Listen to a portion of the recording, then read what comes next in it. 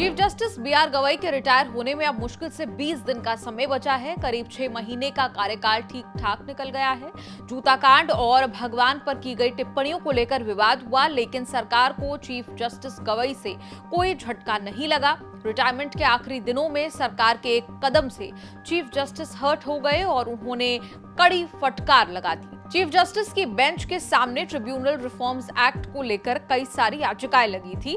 कानून के तहत अलग अलग ट्रिब्यूनल्स के चेयरपर्सन और मेंबर्स की सेवा शर्तें तय की जाती हैं। इसके खिलाफ दायर याचिकाओं की चीफ जस्टिस सुनवाई कर रहे थे, लेकिन सरकार ने मांग कर दी कि ये मामले को 5 जजों की संविधान बेंच के पास भेजा जाए। चीफ जस्टिस गवई और जस्टिस विनोद चंद्रन सुनवाई लगभग पूरी कर चुके थे। अचानक रात में सरकार ने याचिका लगा दी कि इस मामले को संविधान बेंच के पास भेजा जाए। सरकार ने 2 बड़े कारण बताए कि क्यों एक्ट के खिलाफ चल रहे मामलों को 5 जजों की संविधान बेंच को दिया जाए। सरकार ने कहा कि एक तो ये मामला संविधान की व्याख्या से जुड़ा है, दूसरा सरकार ने सवाल उठाया कि क्या सुप्रीम कोर्ट संसद को निर्देश दे सकता है कि वो कानून ऐसे या कैसे बनाए। ऐसा करने से ये संविधान के सेपरेशन ऑफ पावर का उल्लंघन हो सकता है। सरकार ने याचिका रात में लगाई, जिससे नाराज हो गए चीफ जस्टिस गवई। कहा, सरकार ने आधी रात को अर्जी दाखिल करके अदालत की प्रक्रिया के साथ खिलवाड़ किया है। अगर हमें लगेगा कि मामला 5 जजों की पीठ को भेजना जरूरी है तो हम खुद ऐसा करेंगे। हमें उम्मीद नहीं थी कि सुनवाई के आखिरी चरण में सरकार इस तरह की रणनीति अपनाएगी और अदालत के साथ ऐसा खेल खेलेगी। चौंकाने वाली बात है कि याचिकाकर्ताओं की दलीलें पूरी होने के बाद सरकार अब 5 जजों की बेंच की मांग कर रही है। सरकार ऐसा इसलिए कर रही है क्योंकि मैं जल्द ही रिटायर होने वाला हूं। लगता है सरकार मेरी बेंच से बचने की कोशिश कर रही है।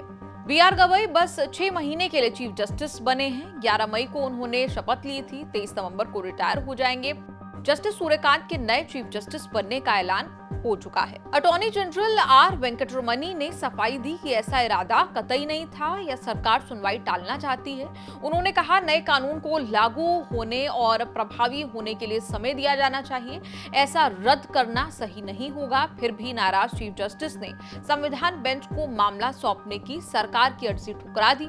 हालांकि अभी भी फाइनल नहीं है। 7 नवंबर को चीफ जस्टिस गवई फिर मामला सुनेंगे और फिर बताएंगे कि संविधान बेंच के पास मामला जाएगा या नहीं। इससे पहले भी याचिकाकर्ताओं की दलीलें सुनने के बाद अटॉर्नी जनरल के कहने पर चीफ जस्टिस ने मामले की सुनवाई टाल दी थी।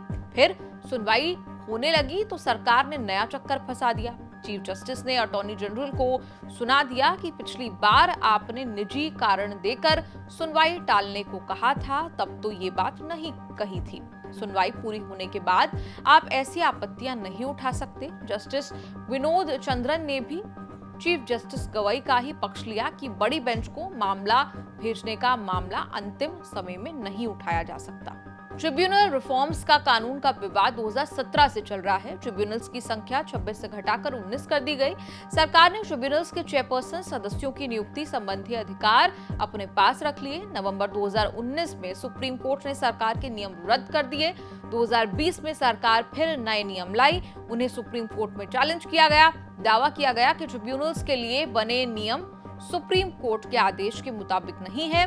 2021 में सरकार ने फिर कोशिश की, बिल पास नहीं हुआ तो अध्यादेश से लागू किया, उसे भी सुप्रीम कोर्ट में चुनौती दी गई है। विवाद यह है कि सरकार कहती है कि ट्रिब्यूनल्स में 4 साल की नियुक्ति होगी, जब कोर्ट ने 5 साल की नियुक्ति की बात कही हुई है। अध्यक्ष या सदस्य की नियुक्ति के लिए 50 साल की न्यूनतम आयु पर भी विवाद है, जो कोर्ट ने रद्द किया हुआ है। सरकार फिर उसी को नए नियम बनाकर लाई। कोर्ट कचहरी के इस एपिसोड पर आपका क्या कुछ कहना है, कमेंट्स में लिखकर जरूर बताएं।